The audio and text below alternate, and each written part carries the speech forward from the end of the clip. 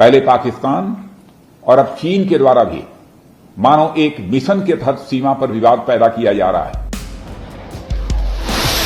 5 months into the standoff at the line of actual control in Ladakh, and China is continuing with its provocative rhetoric.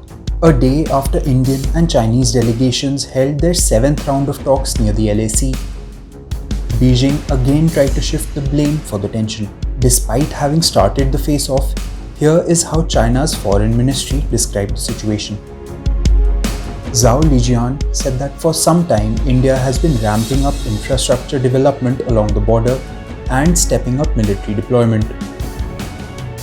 He said that this is the root cause of tension between the two sides. Lijian said that China does not recognize the Union Territory of Ladakh and the state of Arunachal Pradesh. He said that China urges India to earnestly implement the consensus and refrain from actions that may escalate the situation while taking measures to safeguard peace along the border. China's statement came a day after India's Defence Minister Rajnath Singh inaugurated 44 bridges built near the border. Sources say that around 30 of the bridges fall on the route to the LAC from Ladakh to Arunachal. At the event, Rajnath Singh had made another revelatory statement. साथ ही हमारी उत्तरी और पूर्वी सीमा पर पैदा की गई स्थितियों से भी आप भली भांति परिचित हैं। पहले पाकिस्तान और अब चीन के द्वारा भी मानो एक मिशन के तहत सीमा पर विवाद पैदा किया जा रहा है।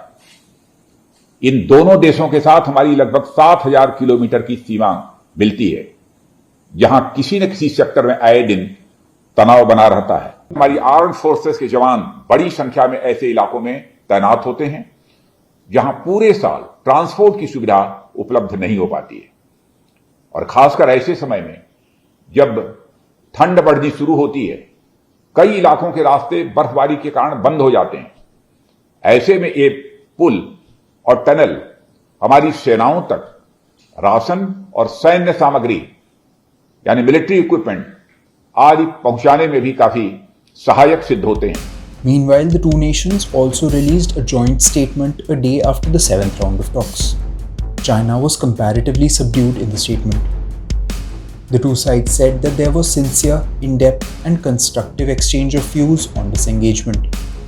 The dialogue was positive, constructive and enhanced the understanding of each other's position. There was agreement on maintaining dialogue and communication through military and diplomatic channels. The two sides also agreed to implement the understanding reached by leaders of the two countries and not let differences become disputes while safeguarding peace along the border. China's confrontational rhetoric has reduced hope of an imminent disengagement, and the armed forces are preparing for heavy deployment in Ladakh throughout its harsh winter.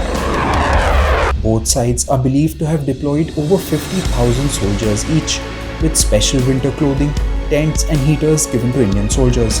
Experts believe that China suffers a disadvantage in the mountainous terrain. The mountain terrain would suggest you require at least 1:8 combat capability. That is, for every one Indian soldier, you need 8 Chinese soldiers, equipment, supplies, concentration of forces and ammunition. But that is not possible in this kind of terrain. So I don't see the PLA winning anytime soon, which means the war of attrition is going to actually affect the PLA much more than that of the Indian side. India seems ready to counter China at every step of its nefarious plan.